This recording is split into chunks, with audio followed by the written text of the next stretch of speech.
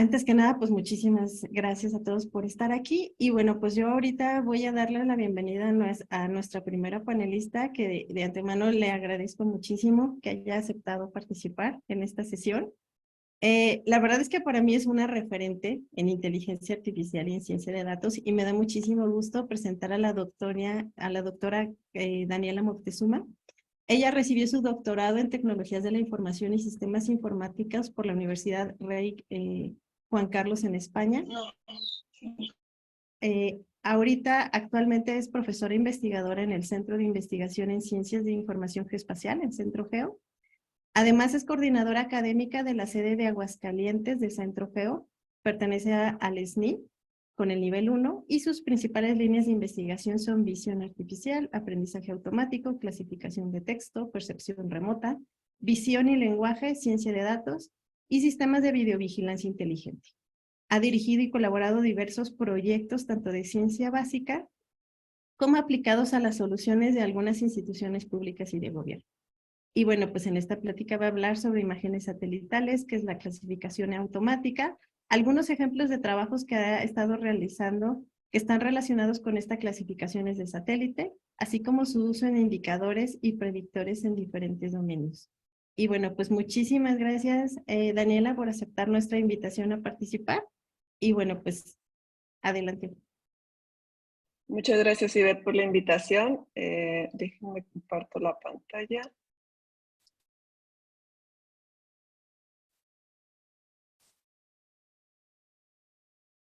Listo. Bueno, pues buenos días a todas y todos. Como bien mencionó Ivette, pues yo les voy a hablar un poco sobre la clasificación de imágenes de satélite con Machine Learning. También, como ya mencionó Ivette, pues yo estoy trabajando en Centro Geo, en la sede de Aguascalientes. ¿De qué vamos a hablar? Más bien, ¿de qué les voy a hablar hoy? Es un poco sobre qué significa clasificar imágenes, qué tipo de técnicas se utilizan para ello y algunos ejemplos de aplicaciones. Primero vamos a partir de la definición de una imagen digital. Básicamente, una imagen se puede representar a nivel de una matriz de números, ¿no?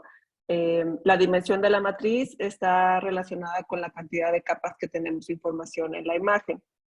Si pensamos en una imagen de color, como podría ser la imagen que ustedes toman con un celular o una cámara fotográfica, etcétera, pues tenemos una imagen de 3 dimensiones. Normalmente se representa en el color RGB, rojo, azul y verde, y el tamaño de la imagen pues está relacionado precisamente al tamaño de esta matriz.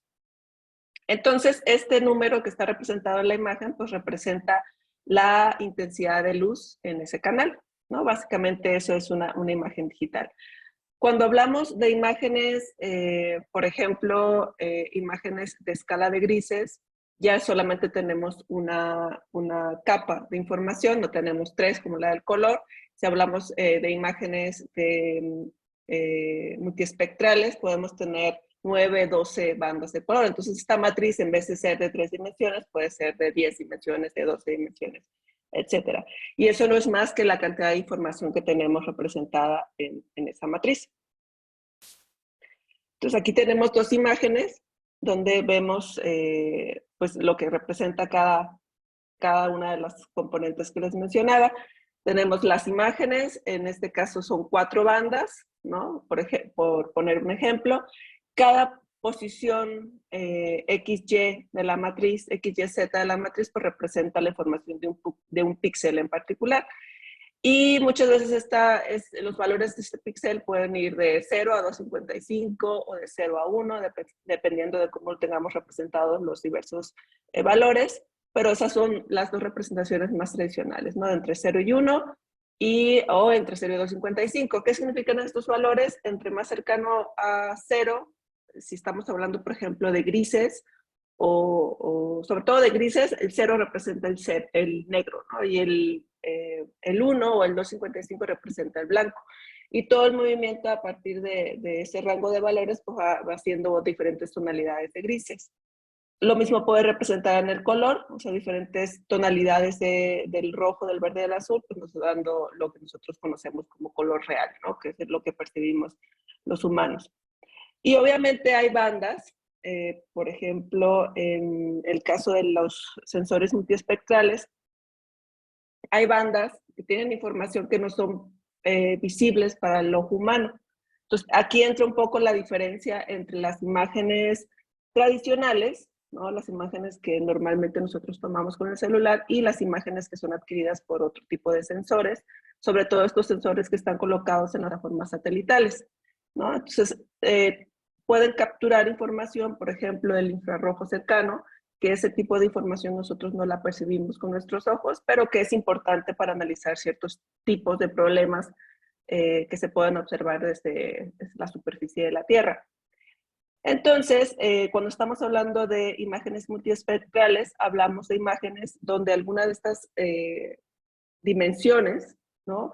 No se corresponden al espectro visible que nosotros podamos percibir, pero que sí nos pueden ayudar a entender la cobertura de la Tierra o clasificar algo en particular. Ahorita voy a mencionar algunos ejemplos.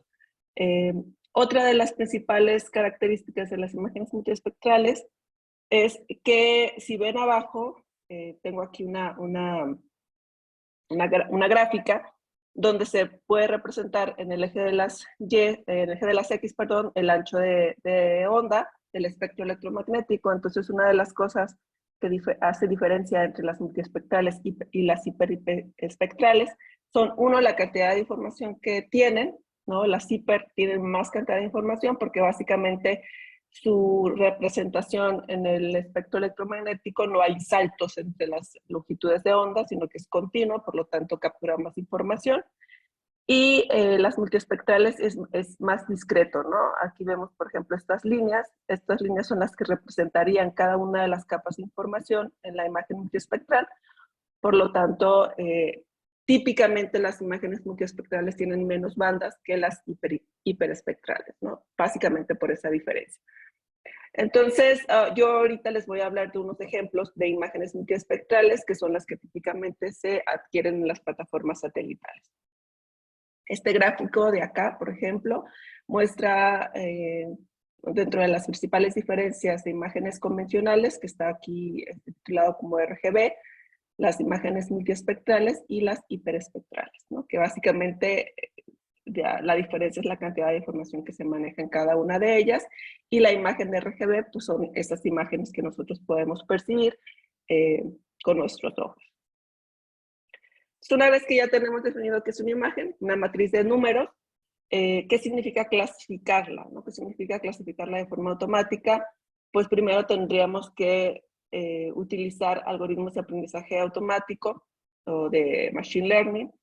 Y bueno, para quienes no sepan, pues el aprendizaje automático o machine learning, como también comúnmente se le conoce, es un área de la inteligencia artificial cuyo objetivo es crear modelos o sistemas que tengan la habilidad de aprender por ellos mismos a partir de un conjunto de datos sin haber sido programados explícitamente para ello, ¿no?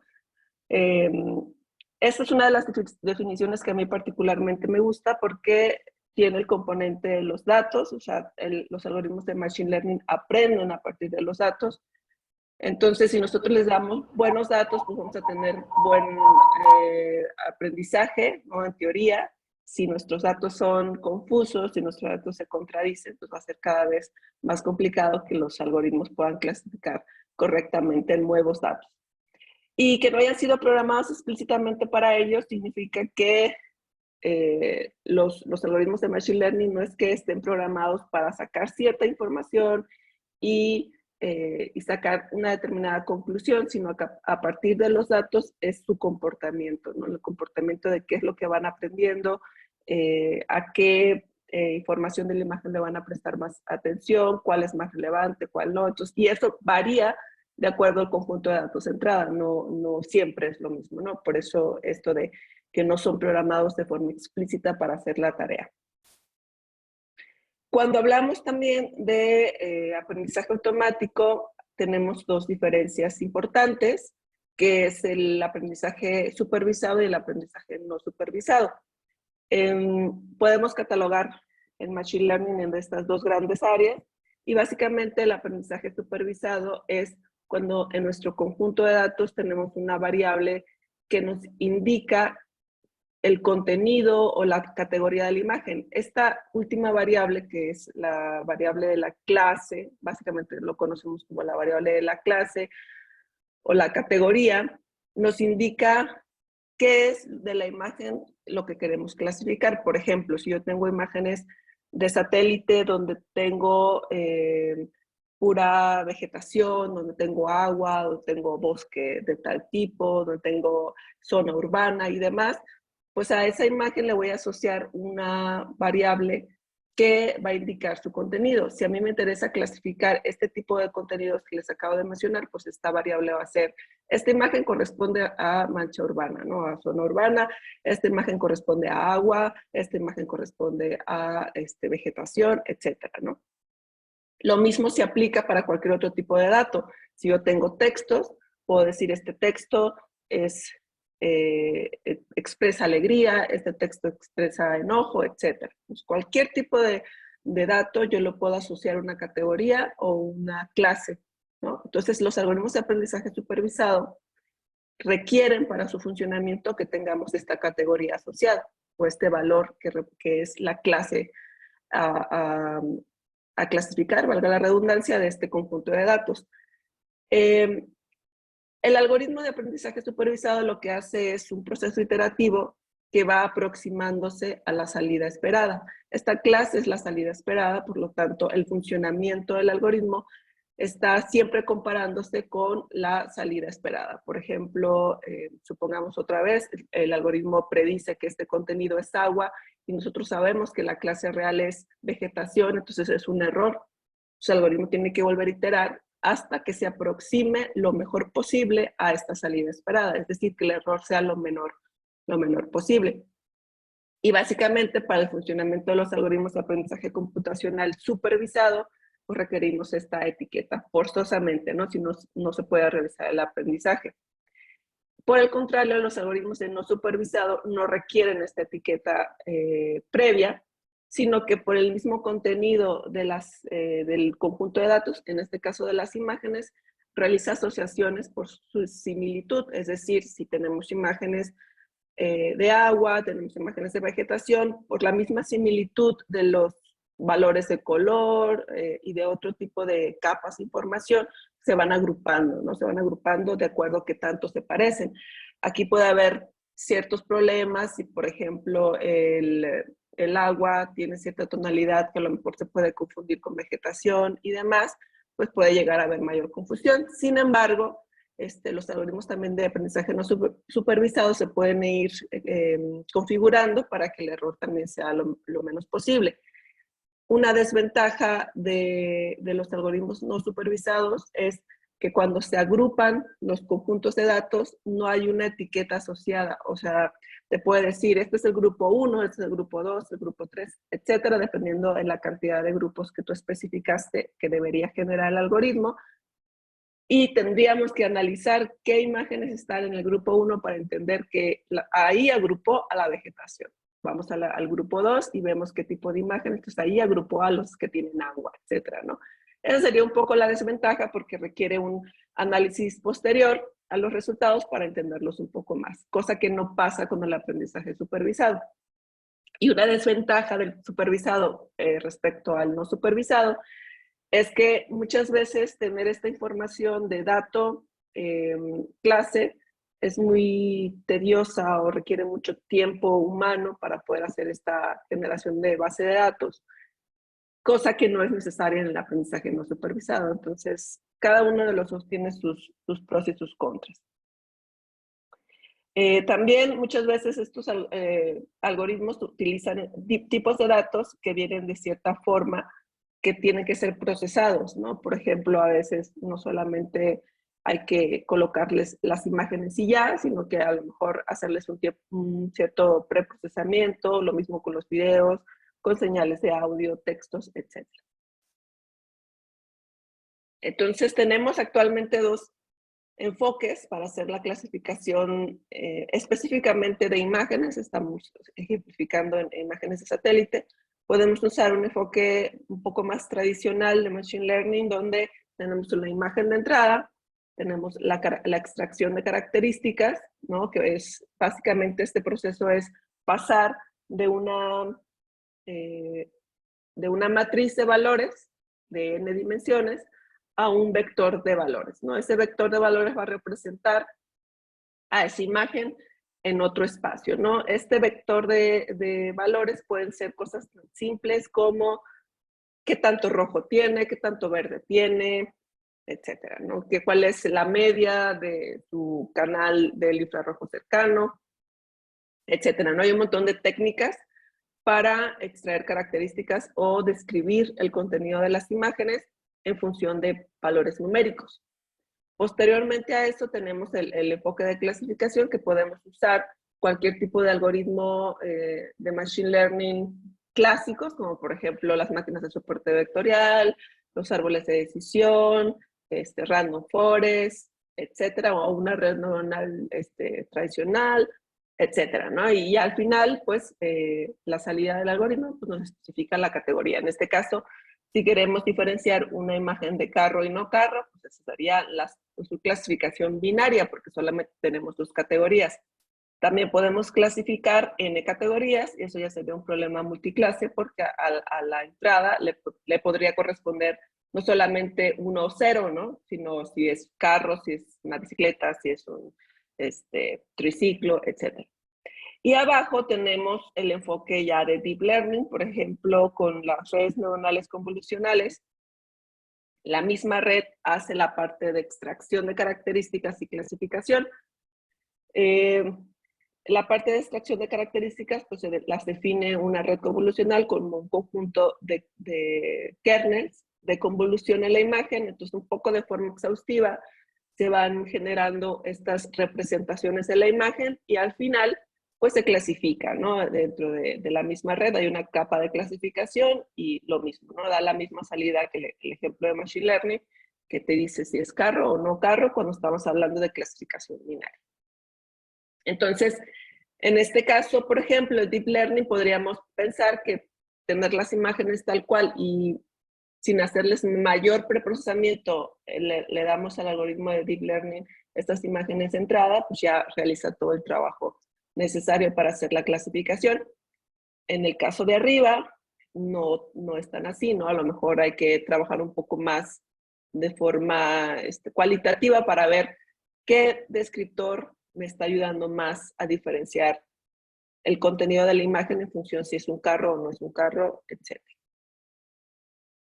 Específicamente, yo les voy a hablar de una aplicación de un ex estudiante de doctorado, pues ya se tituló, cuyo objetivo era clasificar la cobertura de tipo y uso de suelo en México.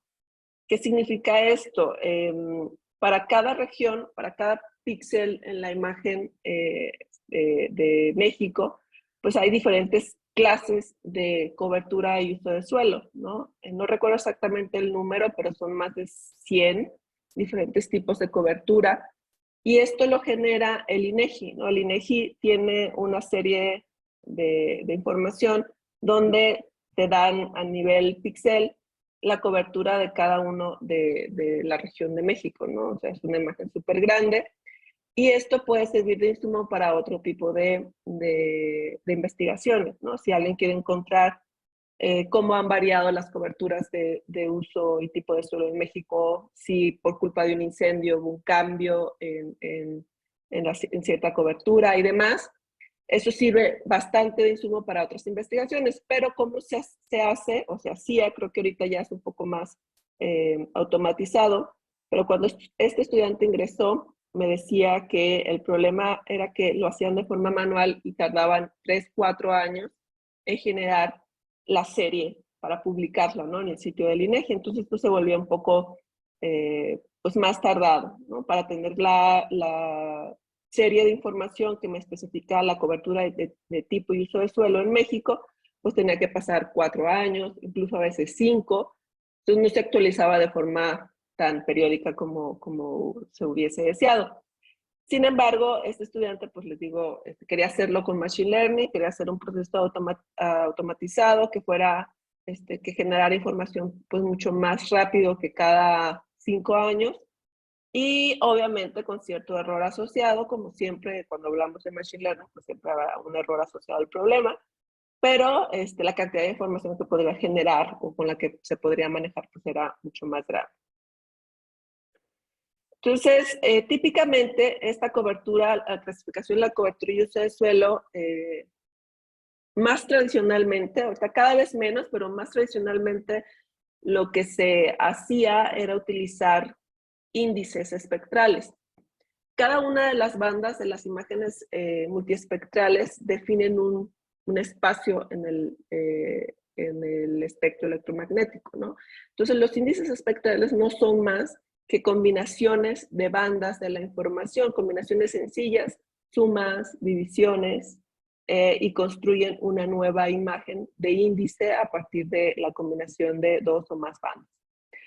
Esto, ya hay índices espectrales publicados, bien conocidos, que se utilizan mucho en la literatura, como por ejemplo el índice de vegetación, que este índice de vegetación hace la combinación de dos bandas y el resultado te da, entre más alto, significa que hay más vegetación en determinada región de la imagen, ¿no? A nivel píxel, los píxeles más altos, que va de -1 a 1, significa que tienen vegetación muy abundante y en el caso muy cercano a 1, pues muy, muy sana.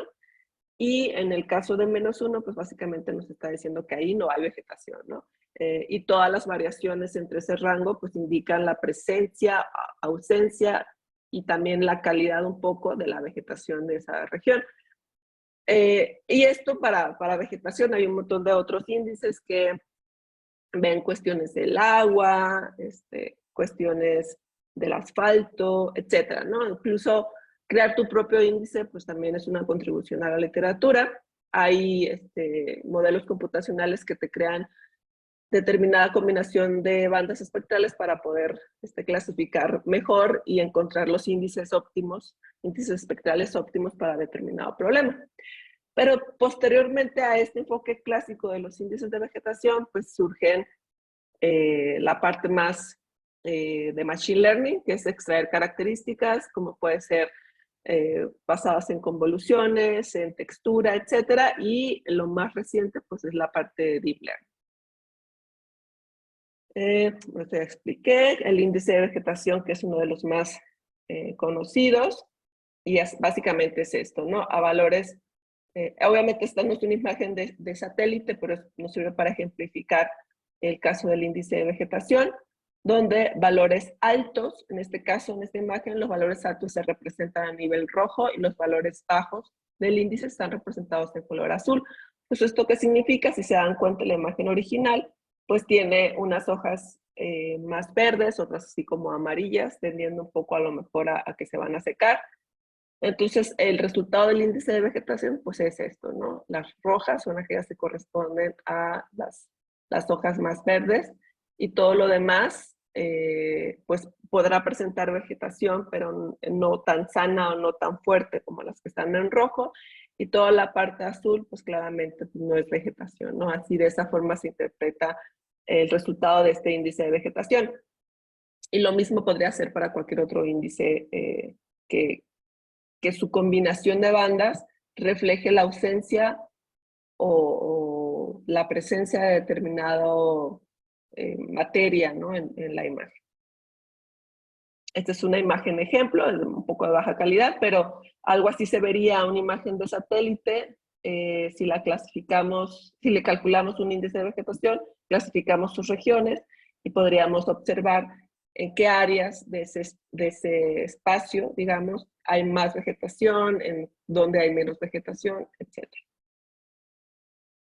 Entonces, una vez que nos planteamos este problema de, bueno, yo quiero clasificar la cobertura y uso de suelo en México usando imágenes de satélite y Machine Learning. ¿Qué necesitamos? Primero, tener los datos, que en este caso serían las imágenes de satélite.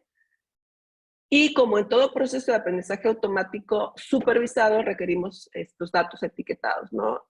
Como el trabaja en el INEGI, pues tiene la ventaja de tener un poco el acceso más rápido a la información. Entonces él tenía la información de la serie, que era la imagen, y el tipo de cobertura o uso de suelo de esa región, ya previamente hecha por los humanos. Entonces lo que básicamente él iba a hacer era replicar el trabajo de los humanos de forma automatizada y un poco, pues, más, con tiempos más cortos, ¿no?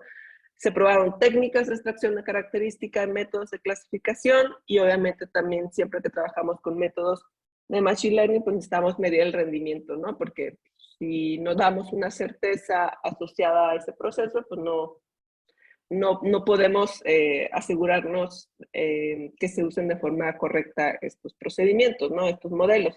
Entonces, por ejemplo, si yo digo, tengo un algoritmo que clasifica un 50% de precisión, 2 categorías, pues es casi lo mismo que un volado, ¿no? Entonces, sí es importante siempre asociar el rendimiento, decir, este modelo clasifica estas cosas con un rendimiento del tanto por ciento.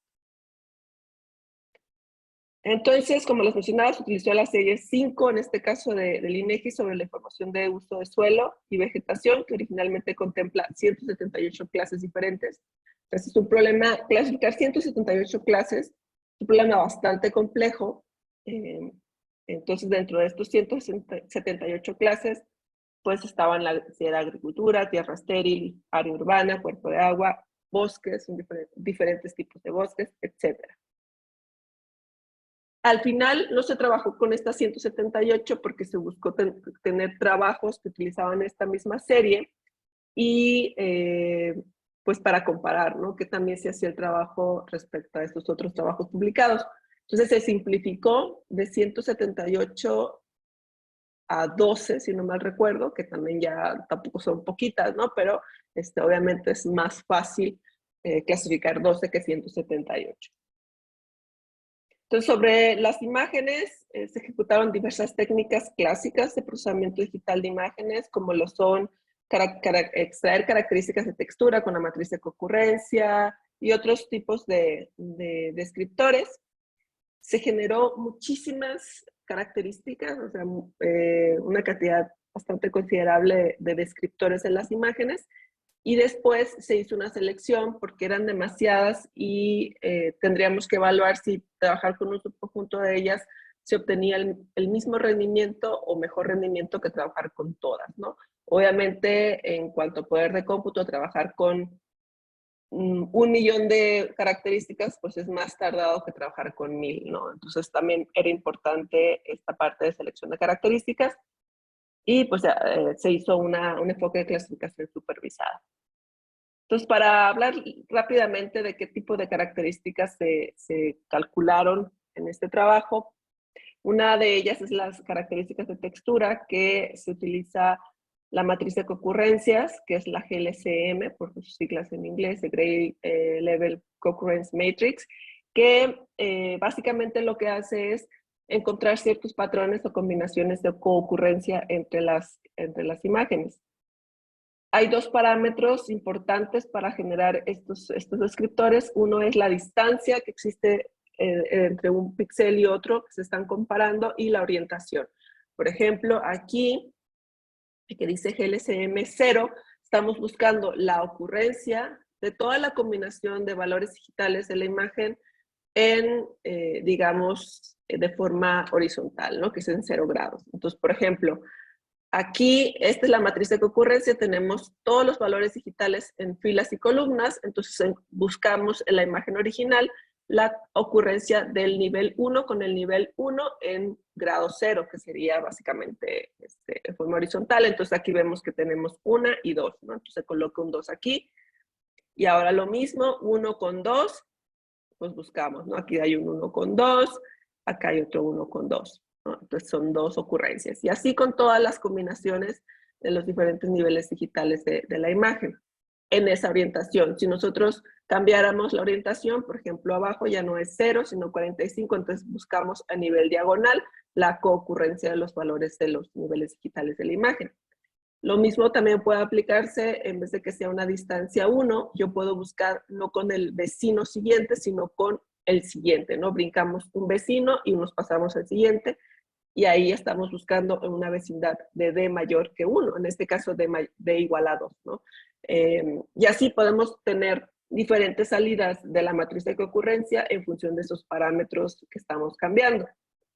Tradicionalmente se utilizan 4 orientaciones y una distancia. Normalmente siempre buscamos en la vecindad más pequeña, que sería la vecindad de 3×3, es decir, con el píxel siguiente que está al lado del píxel que estamos analizando, ¿no? Distancia 1.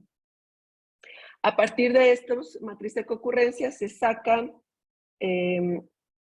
valores estadísticos, ¿no? Con esta matriz podemos sacar valores que definen ciertos rasgos de la imagen, por ejemplo, la media pues, nos puede decir cómo está relacionada la frecuencia de estos patrones de concurrencia, la kurtosis, la energía, la homogeneidad.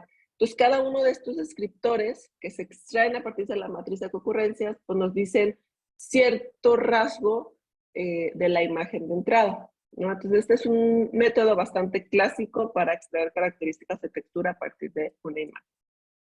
Otro método de extracción de características que es más nuevo que la matriz de concurrencias es el LBP, que es el patrón binario local, ¿no? Y aquí básicamente lo que se hace es, se toma la vecindad, que es la vecindad de 3×3, y se calcula si el centro es más grande que un vecino, que el primer vecino. Podríamos considerar el 1 como el primer vecino y va en sentido de las manecillas del reloj.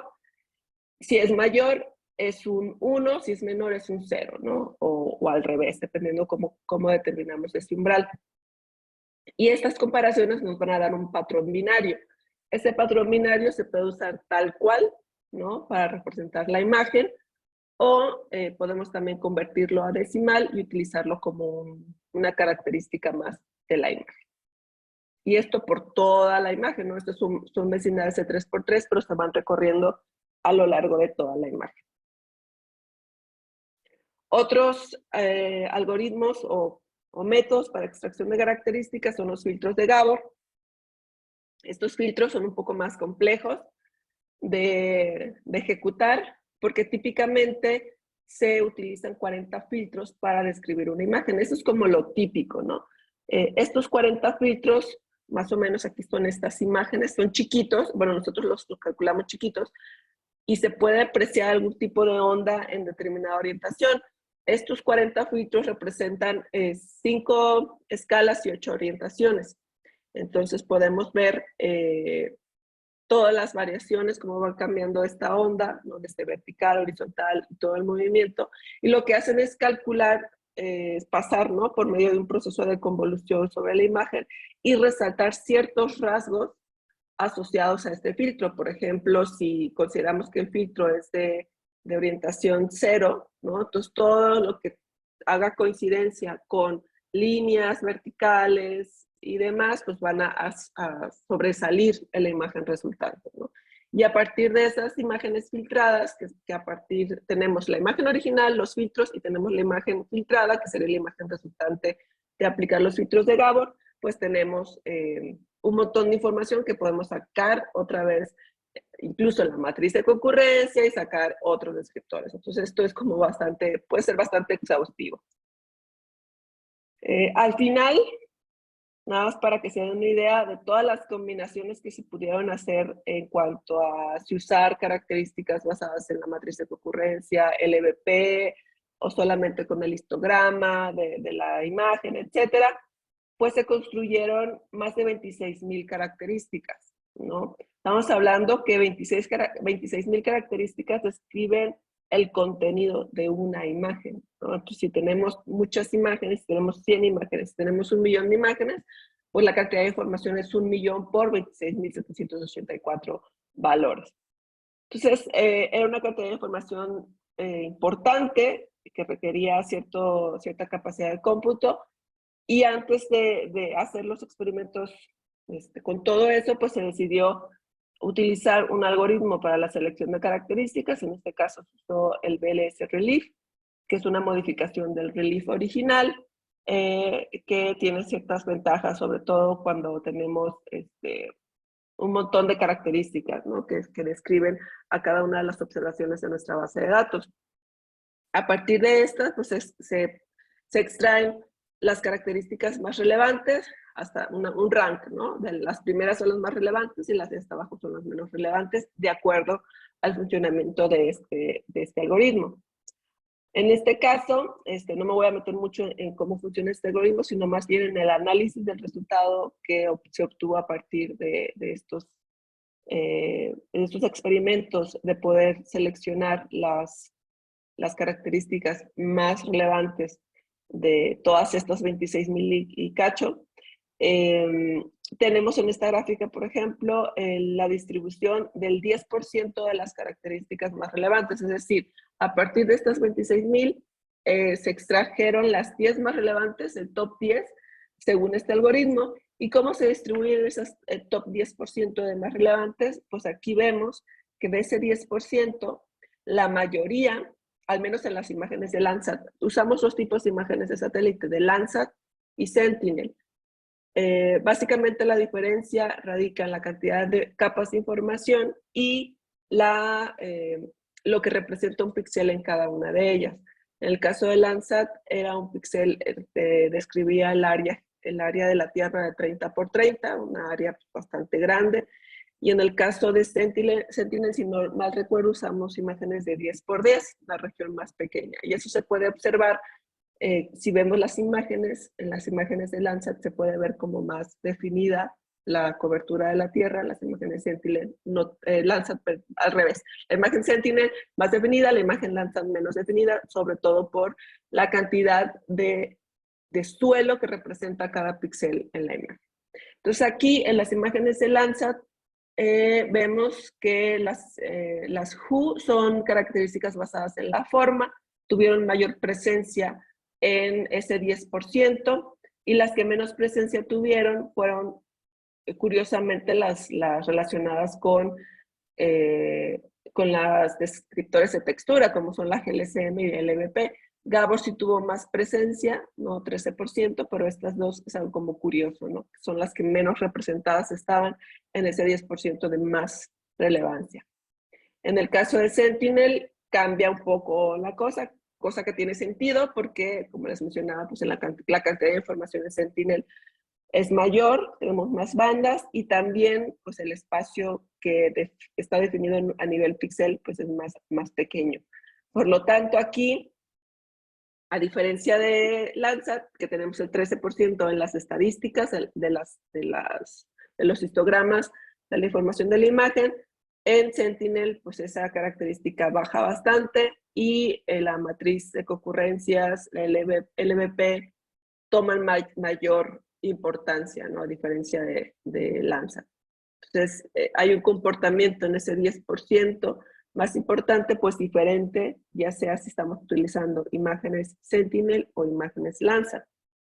Posterior a esto, ya con este 10%, podríamos hacer clasificación tomando como entrada ese 10%, y también comparamos con toda la base de datos, ¿no? ¿Qué diferencias había entre trabajar con ese 10% y trabajar con toda la base de datos completa? Para eso se utilizó un algoritmo de clasificación que se llama Extratrice, y se optimizaban los parámetros de este algoritmo con otro algoritmo que es el TPOT, que están en la librería de Auto Machine Learning, ¿no? Que aquí tenemos la liga por si quieren ahondar más un poco en lo que son estos dos algoritmos. Pero básicamente, si se dan cuenta, pues hacer todo el proceso de selección óptima de parámetros, ¿no? Y al final pues hace la parte de la validación del modelo. Entonces es un proceso bastante más exhaustivo que hacerlo de forma separada, ¿no? Aquí el algoritmo de Extratrice utiliza lo que el algoritmo de TPOT da como salida, como parámetros óptimos. Y al final, pues es un algoritmo de aprendizaje supervisado, como les explicaba en el principio. Estos son la tabla de resultados de este trabajo. En el caso de México, Utilizamos estas dos bases de datos que les mencionaba, la de Sentinel y la de Landsat. La de Landsat era específicamente con imágenes de México. La base de datos de Sentinel es una base de datos que publicó el trabajo de Elbert y colegas, que es también cobertura de uso y tipo de suelo, pero esta es en Europa. Y la utilizamos a modo de comparación, ¿no? O sea, es importante dentro del trabajo académico, pues si nosotros proponemos una metodología para mejorar cierto proceso, pues es importante ver cómo están resolviendo ese proceso otros colegas y a qué resultado llegan, ¿no? Para saber si somos competitivos con la literatura, estamos por debajo, estamos por encima, entonces es importante.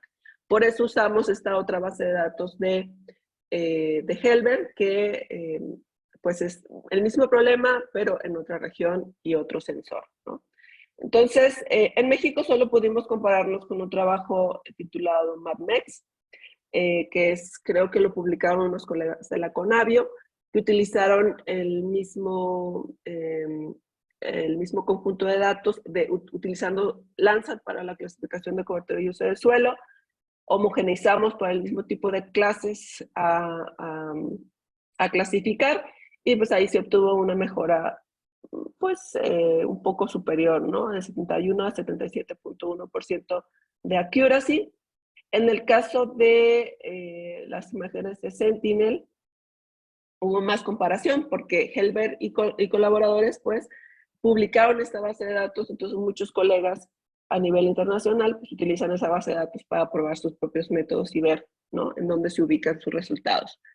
En este caso creo que la mayoría de trabajos, excepto la metodología propuesta por esta tesis, usaban Deep Learning. Entonces, sí es como un poco positivo, por decirlo así, que la metodología propuesta, que es un poco más clásica, llegue a resultados pues, competitivos con los reportados con Deep Learning. En este caso no logramos mejorar lo reportado por Helbert, que fue quien propuso esta base de datos, pero pudimos tener resultados bastante competitivos con algunos trabajos que utilizan esa misma base de datos con enfoques de Deep Learning. Entonces, en general, nos parece que los resultados fueron bastante decentes, ¿no? Bastante competitivos. ¿Qué otra cosa se puede hacer con imágenes de satélite? Ahorita las imágenes de satélite, como se producen de forma bastante masiva y se quiere aprovechar este tipo de información, pues hay un montón de aproximaciones, de soluciones utilizando imágenes de satélite. Por ejemplo, bueno, esta es la imagen de la base de datos de Sentinel, que es la propuesta por Helbert y colaboradores, y ellos utilizaron Deep Learning, como se escribe aquí, para hacer la clasificación. Este es el paper original, digamos, de Helbert, donde se propone esta base de datos. Pero quería hablarles un poco también, ya un poco para cerrar, de qué otro tipo de cosas se pueden hacer con imágenes de satélite. A final de cuentas, una imagen de satélite se puede tratar igual que una imagen convencional, pero con ciertas restricciones sobre qué es lo que está representando la imagen de satélite. No es lo mismo lo que representa un píxel en una imagen convencional que lo que representa un píxel en una imagen de satélite o una imagen de percepción remota. Entonces, hay trabajos o tareas que se están enfocando un poco a utilizar esta parte de imágenes de satélite, como es el Remote Sensing Image Captioning, que básicamente es lo que se ve en la figura, ¿no? La tarea es, dado una imagen de satélite, poder generar una oración o una sentencia en lenguaje natural que describa el contenido de la imagen de satélite. Esto también se está aplicando para imágenes convencionales, ¿no? Y de hecho está mucho más avanzado para imágenes convencionales, que es el problema de image captioning, pero también se puede aplicar a imágenes de percepción remota y puede ayudarnos mucho a, no sé, hacer un censado de qué es lo que está en una región, carreteras, regiones verdes, espacio construido, etcétera, ¿no? Puede ser bastante útil para analizar ciudades desde el espacio, ¿no?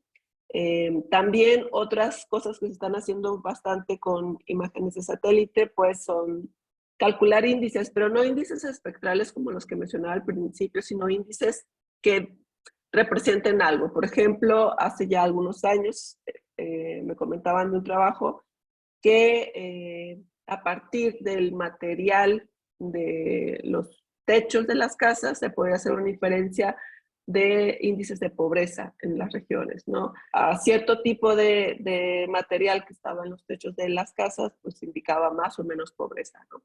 Y lo mismo se puede hacer con analizar lo que hay alrededor de las regiones, por ejemplo, de los fraccionamientos, la cantidad de zonas verdes, la cantidad de infraestructura que hay a lo largo de las regiones, digamos, habitacionales, ¿no? De residencias. Eso nos puede indicar de forma bastante más rápida este tipo de censos, ¿no? Índices de pobreza, índices de qué tantos parques hay, etcétera. Todo lo que se quiera analizar a partir de ese tipo de imágenes, pues puede haber aproximaciones utilizando técnicas de deep learning, de machine learning, de procesamiento digital de imágenes.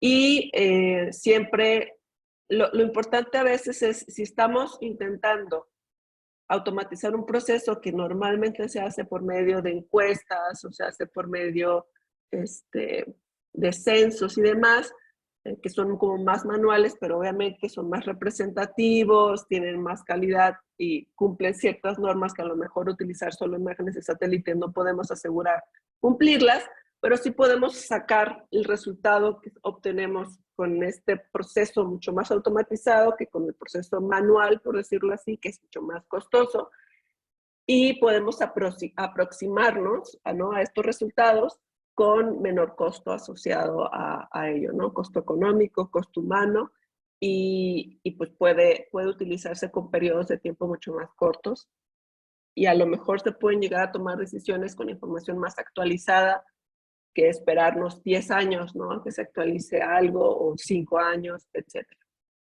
Entonces, ahorita, dado la disponibilidad grande de cantidad de información de imágenes de satélite, pues están haciendo muchas cosas en función de calcular índices que representen de alguna forma un input para la toma de decisiones a un nivel superior. También se puede analizar, puede haber una relación entre imágenes de luces, de luz nocturna, respecto a nivel de pobreza también, ¿no? Es otro tipo de imágenes que se han explotado para calcular diversos indicadores, ¿no? ¿Qué tanta luz hay en determinada región? Bueno, para resumir lo que les acabo de comentar, pues, bueno, la clasificación de imágenes puede servir de insumo para otro proceso de toma de decisiones, para otros procesos de investigación, tanto en el sector público como en el privado. Las imágenes más relevantes fueron, en este caso, las características fueron más relevantes en este concreto caso de clasificación de cobertura y uso de suelo, fueron diferentes, dado el diferente tipo de imagen de entrada. En este caso, Landsat y Sentinel no mostraron el mismo tipo de características con los cuales funcionaban mejor esta clasificación. Y a pesar de que se extrajeron muchas características, se seleccionaron las que tuvieron mayor poder de diferenciación de las clases. O sea, cuando yo hablo de las características más relevantes, me refiero a las características que me ayudan a separar mejor el contenido de la imagen, ¿no? Si son, por ejemplo, manzanas y peras, voy a buscar aquellas características que tengan valores más diferentes para manzanas y peras, ¿no? Que las manzanas tengan puros unos y las peras tengan puros 5, ¿no? Entonces, si hay esta diferencia grande en cuanto al valor de las características que separan estas dos categorías, pues estas son las características más relevantes para separar las clases, que al final es lo que queremos, ¿no? Que tener valores que hagan diferencia entre las categorías para poderlas clasificar sin error, ¿no? O con el menor error posible. Bueno, además de los ejemplos que les mencionaba, pues en la literatura hay otros ejemplos, otros problemas de clasificación, como puede ser detección de automóviles desde desde imágenes de satélite, clasificación de nubes con imágenes de satélites meteorológicos, mapeo de hielo y aguas abiertas en el océano. Por ejemplo, ahorita también tengo algunos estudiantes que están trabajando en detección de nubes de humo. Y por ejemplo, también con drones, que no son imágenes de satélite, pero que son imágenes de percepción remota, podemos clasificar el estado de salud de una siembra, ¿no? Determinada planta, etcétera, ¿no? Son un montón de aplicaciones que tiene este tipo de áreas, ¿no? Que trabajamos con imágenes y trabajamos con métodos de aprendizaje automático. Y bueno, por mi parte es todo. Muchas gracias por su atención y pues quedo abierta a las preguntas si hubiera. Muchísimas gracias, Daniela. Estuvo muy interesante. Tenemos 5 minutos para preguntas, como ya les había mencionado. También en la sesión de networking se pueden hacer preguntas, pero ahorita tenemos 5 minutos. Entonces, si alguien de aquí, de los que están en Zoom, quiere hacer alguna pregunta, para que levante su mano.